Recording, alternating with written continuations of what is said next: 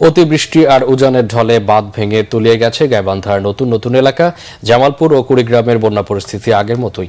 তীব্র ভাঙন দেখা দিয়েছে সিরাজগঞ্জ ও টাঙ্গাইলের নদী তীরবর্তী এলাকায়। দুর্ভোগে কয়েক লাখ মানুষ। এদিকে আর বৃষ্টি না হওয়ায় সিলেটের পরিস্থিতি উন্নতির দিকে। প্রতিনিধিদের পাঠানো তথ্যচিত্রে দেখুন ডেস্ক রিপোর্ট।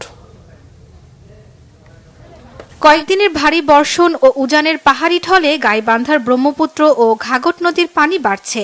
বাঁধ ভেঙে নতুন নতুন এলাকা প্লাবিত হয়েছে। পানিবন্দী কয়েক হাজার মানুষ। তবে তিস্তা ও করতোয়া নদীর পানি এখনো বিপদ সীমার নিচে। তিস্তার পানি আবারও বাড়তে থাকায় তলিয়ে গেছে সুন্দরগঞ্জের হরিপুর, কাপাসিয়া, তারাপুরের বিভিন্ন এলাকা। শিশু ও বয়স্কদের নিয়ে বিপাকে বন্যার্তরা। হঠাৎ করে এমন ভাবে পানিটা বাড়ছে, মানে কি টানি কিছুই টানার মনে সময় পাইতেছি না। হ্যাঁ, এইদিকে মনে হয় যে পালেহারি ভেসে যায়, এদিকে মনে হয় যে চকি তোলা করা লাগে, ধানের বস্তা সরান লাগে, হ্যাঁ গরু সরান লাগে, গরু বান্ধব নিয়ে আসা লাগে, বিভিন্ন সমস্যা, খুবই সমস্যা। বাড়ি থেকে বের হলেই পানি, এই পানির মধ্যে তো আর কোনো কিছু করা সম্ভব না। গরু ছাগল বাচ্চা কাচ্চা নিয়ে খুব অসুবিধার মধ্যে আছে। সরকারি সাহায্য পালে না বেশি আমাদের না উপকার হলে হয়, মানে খাওয়া দাওয়ার অসুবিধা হয়েছে। জামালপুরের বন্যা পরিস্থিতি আরো অবনতি হয়েছে। ব্রহ্মপুত্র, ঝিনাই সহ সব নদ নদীর পানি বাড়ছে। তলিয়ে গেছে কয়েক হাজার হেক্টর ফসলি জমি ও রাস্তাঘাট। বন্ধ শিক্ষা প্রতিষ্ঠান। বাড়িঘরে পানি ওঠায় আশ্রয় কেন্দ্রই তাদের একমাত্র ভরসা।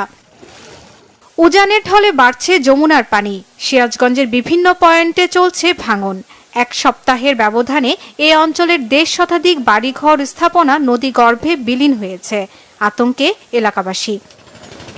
কুড়িগ্রামের ব্রহ্মপুত্র, ধরলা, তিস্তা সহ 16টি নদ নদীর পানি বাড়ছেই। নতুন করে প্লাবিত হয়েছে নদী তীরবর্তী 6টি উপজেলা।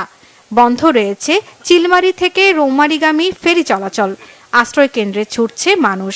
তাকিয়ে আছে ত্রাণ সহায়তার দিকে।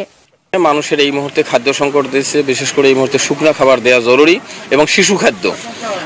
সেই সাথে এখন পর্যন্ত আমি যেটুকু জানি যে সরকারিভাবে পর্যাপ্ত ত্রাণ মানুষের হাতে ইউনিয়ন পরিষদের মাধ্যমে পৌঁছায়নি। এটিতে দ্রুত গতিতে ব্যবস্থা নেওয়া না হয় তাহলে পরিস্থিতি মারাত্মকের দিকে যাবে। এদিকে সুরমা, কুশিয়ারা সহ সিলেটের সব কয়টি নদীর পানি কমতে শুরু করায় পরিস্থিতি উন্নতি হয়েছে। পানি কমতে থাকায় বাড়িঘরে ফিরছে স্থানীয়রা। তবে এখনো স্বাভাবিক হয়নি গ্রামীণ সড়ক যোগাযোগ ব্যবস্থা। টাঙ্গাইলে বৃষ্টি অব্যাহত থাকায় জেলার সবকটি নদীর পানি বাড়ছে। নতুন করে তলিয়েছে কালিহাতী ও সদর উপজেলার কয়েকটি গ্রাম। দেখা দিয়েছে ভাঙনও।